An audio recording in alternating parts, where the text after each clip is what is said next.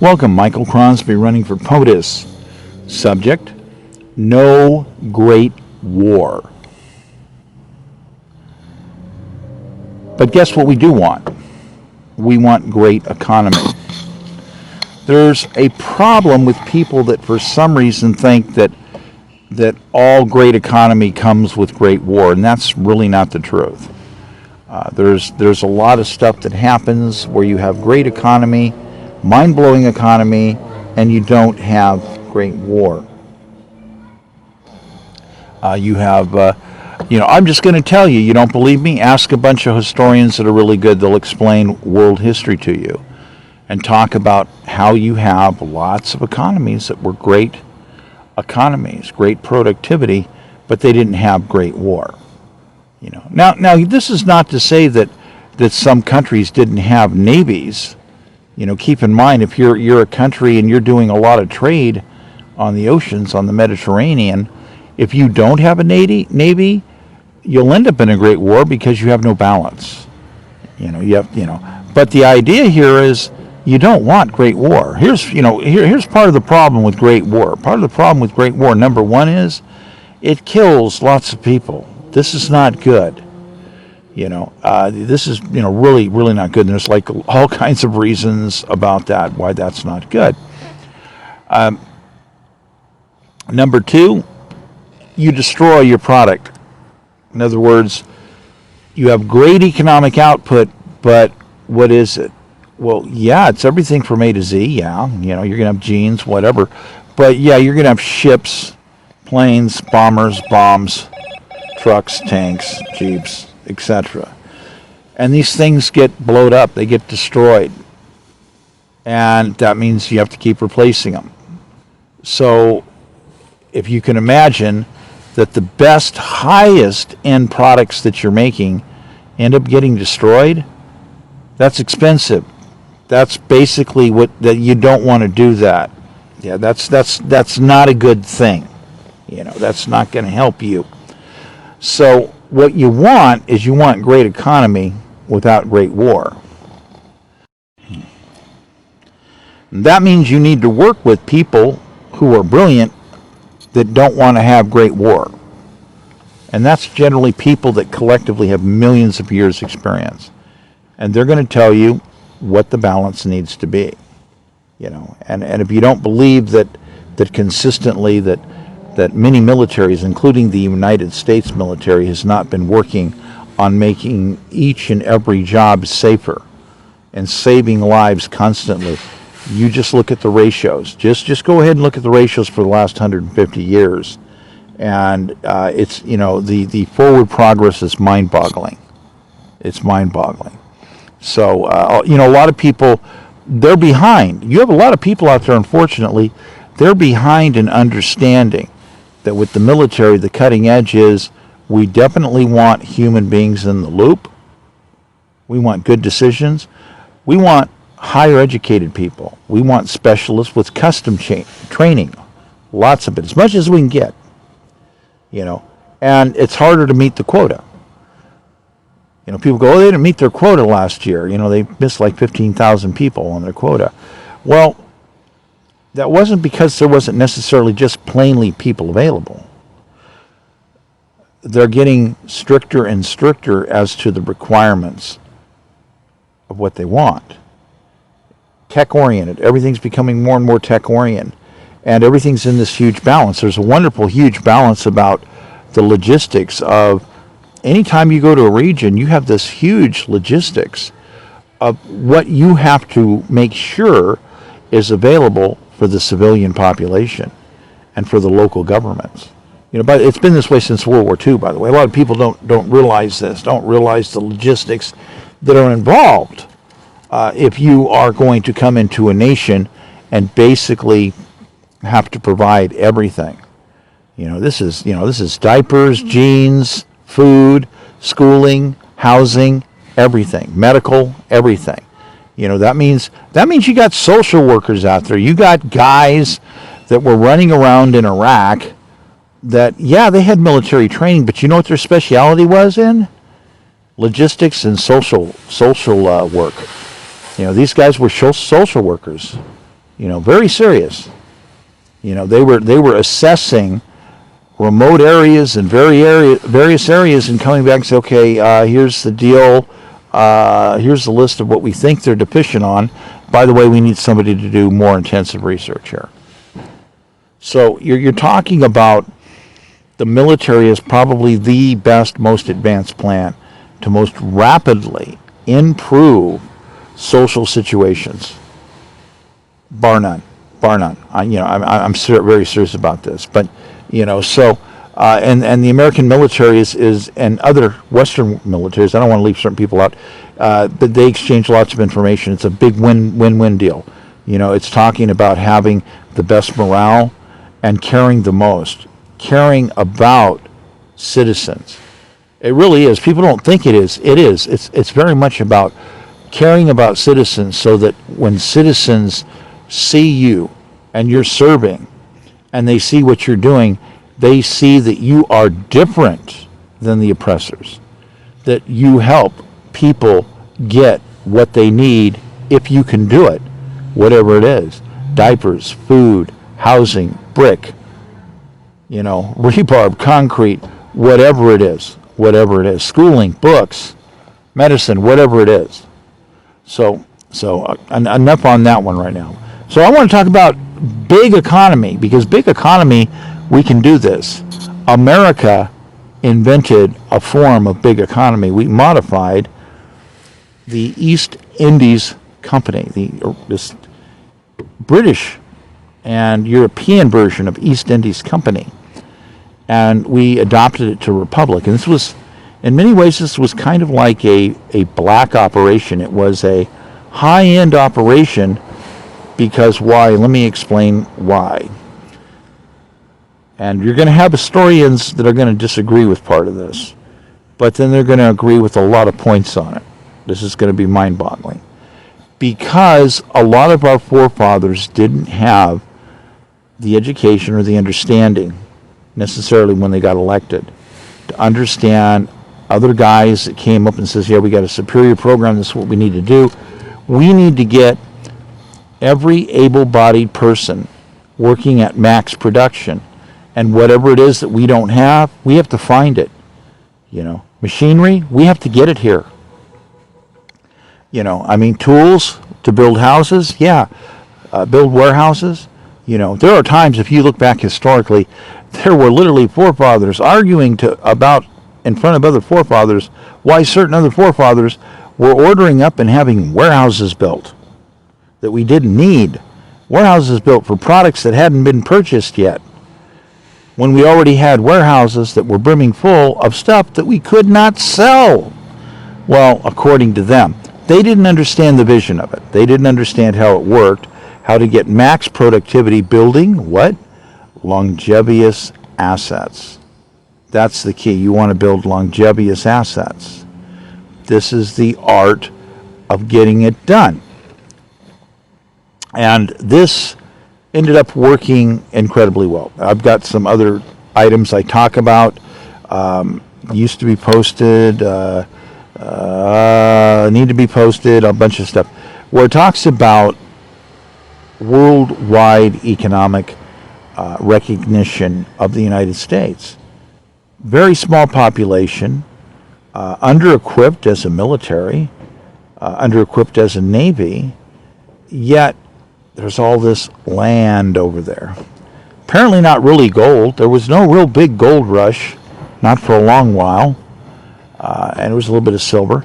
But so it wasn't real big on the big run for minerals, which was a good thing, because then we would have had more problems with more countries more rapidly. So what we did have is we had an array of products that nobody else had. We had plants.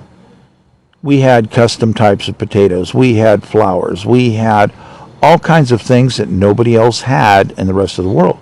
So, you had ship captains that were smart. They'd come into port and they'd look around and they'd go, I have a lot of books on plants. I've never seen that one before. What is that? And the guy looks at it and he says, yada, yada, yada. And he goes, how much you want for it? And the guy says, I want $500 for this plant.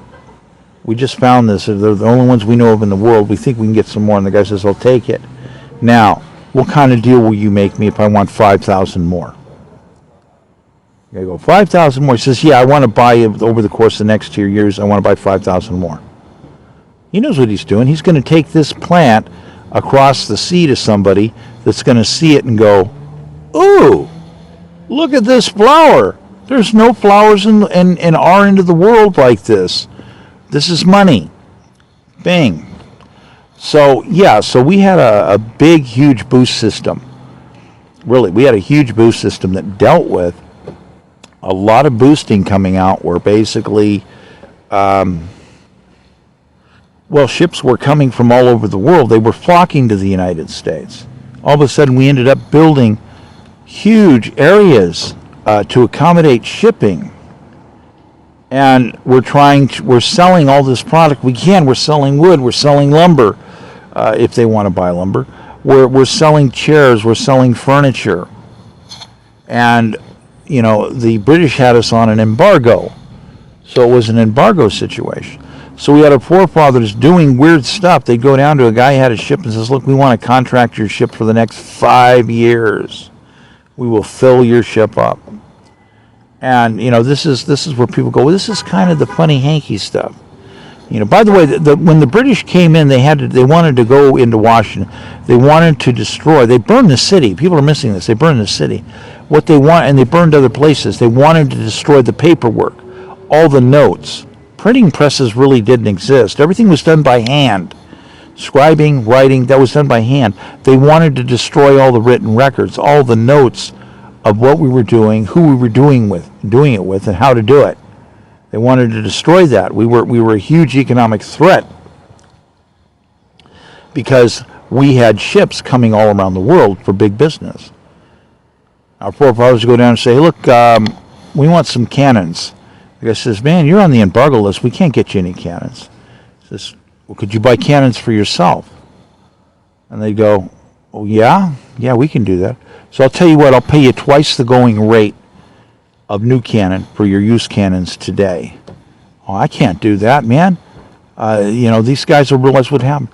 Got a guy over here. We'll get you witnesses that say that you came into port and we witnessed that the pirates had assaulted your ship and that we came in and helped save your ship. You'll give me paper. Yes, we'll give you paperwork. It's certified. He's just like, well, what about my crew? Well, you leave your crew here for this shipment right here. Yeah, we'll pay your crew. We'll pay your crew to stay here for one shipment. We'll pay you handsomely for that crew. We'll provide you with another crew. We'll give you money to hire yet again even more sailors. We'll front you extra product. We will fill your ship as full as it can get, and we will give you a more attractive shipping rate than anybody in the world. By the way, we have a list of things we want. We want drills, we want machines, we want all this stuff. Well, that's on embargo. We can't get that. Are you sure you can't get some of it? Anything you can get, 2 to 1, double price. So we had people worldwide rushing it to the United States, man. They're just let's just rush this right in. Let's get this done because this is where it's happening. You want to get rich, you want to go to the United States for commerce. Our forefathers, very smart. Very smart. We were just starting our currency. We were just starting up what we needed to do. So we started doing paper, ran around with paper and says, hey, man, we got some dollars, man. We want to buy your product. The guy says, man, I really need some coin. Tell you what, we'll give you dollars today for products that you produce 90 days from now. How about that one? 90 days. Well, I guess I could do a little bit of that. And he's, well, you got a lot of product. Look, I'll be back here. Give me a few days. I'll be back, and I'll come in with some metal, I'll have coin. Yeah, I'll take coin. So that's how it would work. Forefathers, they'd go down, they'd give instructions, they'd tell people, look, this is the deal. This is what we want you to do. Okay, we want you to sell this stuff at auction regardless of, fill that ship up. Just fill it up, furniture, everything. Just sell it. Sell it. When it won't sell no more, sell it regardless of loss. Auction it. Auction it. And then here's what we want you to do. This trip, we want you to convert all the money, all the currency, all the coin to copper. We want you to bring us a bunch of copper or brass. The copper or brass, that's going to weigh a lot. It says, yeah, well, that's what we want. Here we'll give you an extra couple of points on that to do that. Okay, fine. So now we got stuff coming in, and all of a sudden we have bags of pennies. And some people like pennies. They really do. Some people like pennies. But there were a lot of people that were like, we really don't want those. Oh, we'll give you extra pennies. Oh, you'll give us extra pennies. Oh, yeah, we can give you some extra here. We can work something right here. We'll put it down. Does this make it work? Okay, fine, that makes it work. Okay, now you can buy stuff. Like, man, I didn't really want to get all those pennies, but it is copper. It is bronze, it's brass, it's it's metal. It's metal, okay. I know what that is, Yeah, we can do that, So so now you're filling up the businesses, all the businesses with metal. People walk into the stores, they see product, and they notice something. They don't see gold, they don't see much in the way of silver, but they see a whole lot of pennies, basically. They see a whole lot of coin, a lot of metal. And they're like, okay, well, it's not like there's no money at all. Back then you could buy something with that. So, and then our forefathers, they go back down the docks and they say, look, okay, here's some loads. We want you to sell these loads. What we want you to do is convert all of this to silver. Bring us back nothing but silver. So that's going to cost you a lot. That's okay. Don't worry about it. Just rush it. Get it done as fast as you can. So now they got loads coming in silver. So now they can run around. They got pennies and silver, and they go around with these other guys and say, look, man, we got some more paper. I can't take paper. I got a bunch of paper already. I'm floating paper for the future on you. Okay, we got some pennies here. Oh, man, no. I got a pile over there already. We already did that one. Okay, I got some silver right here. Oh, you got silver? Silver I'll take. Yeah, we can do this. So now, boom, they're buying product again. So this is basically the business. This is the deal. Our forefathers sat there and worked it. And there were a lot of people, they didn't understand what they were doing. These guys, they didn't understand. There were the people they could read and write. They'd go around to as many people as they could. People need work, and they go, okay, yeah, we'll hook you up. And you had a lot of people that would get upset. They'd see people working, and they thought that they were getting rejected. They didn't understand that there was just a logistical problem because there wasn't enough people who could write and manage the operations that needed to come down. But nonetheless, our forefathers brilliantly ran this stuff. The rate of acceleration of our economy was mind-boggling. And then we had people, it was a boom. People were coming from around the world. The British started flipping out. They said, we claim the Atlantic Ocean, and everybody has to take the long way around and do this map and pay us a peace tax. And so a lot of people are like, well, that's not too cool. Why should we take the long way around? That's ridiculous. Why would we have all that travel time to give these people a cut? They don't own the Atlantic Ocean. Friction here. We got people that were running these scheduled map location. You could call it blockade, kind of, sort of, but not. And then you also had the British really flipped out. This is, look, we're going to start. This is happening too much. How do we stop it? Take the sailors off the ship. Take a cut from these people because they didn't pay their tax. So they were hitting ships and saying, "You didn't pay your cut." Then they were going through and going, okay, pinch a bunch of the healthy sailors off. We need them anyhow for the stuff we got going for war. And then so they'd pinch them and they'd say, oh no, these guys are deserters. It's like, no, these guys aren't deserters. Now maybe some of them were, but it was a lot of no, they weren't deserters, so they took them. And this was going to hurt us because there was not enough hands to run the ships as fast. They would deliberately escort the ships on a diversionary path to make sure that the commerce that occurred took longer. They'd still leave a lot of the commerce. So you had people there that were trying to figure out, how do you dodge them? How do we dodge the British? How do we come up into America and do it in from the South, and how do we pull this off, you know? So there was stuff coming from all over the world. And all of a sudden, we were having a significant portion of the arguments about how large it was, where the United States became basically addressing 1/6 of the world's ships coming to the United States. There's other times that people suggested that it may have been 1/4, that it may have been to 1/4.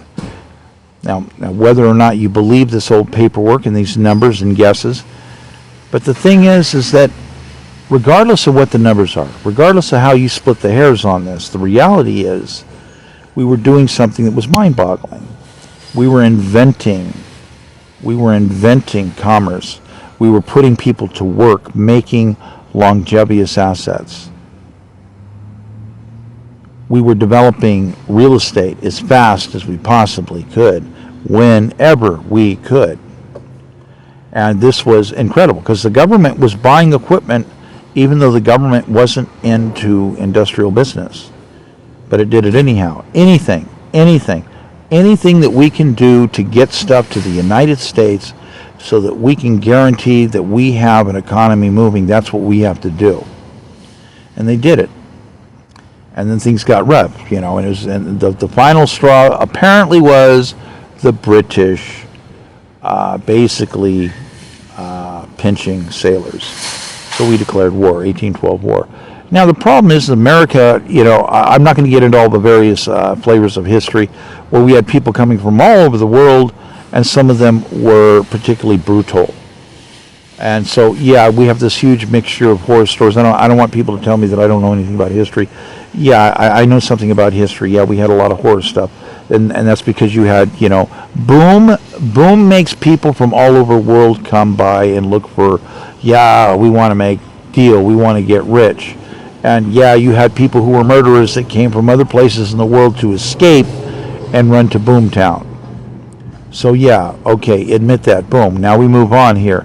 So building our new stimulus economy is to get as much hard asset generation possible as fast as possible. And the best way to do that, in my view, as I've repeatedly tested it, looked at it, modeled it, tested it, is to guarantee that every single American citizen, and especially all the vested citizens, are guaranteed funding and guarantor loan guarantees to build their own homes.